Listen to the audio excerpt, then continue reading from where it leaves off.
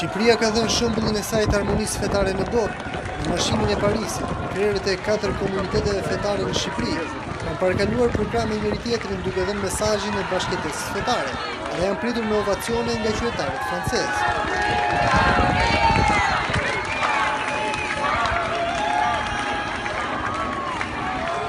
Më herët, delegacioni shqiptar i kryesuar nga kryeministri Edi Rama dhe ministrat Bushati e Veliaj e kryer omazhe përpara ambienteve të revistës satirike u humbën jetën 12 vet, mes të cilëve gazetarë, karikaturistë dhe policë.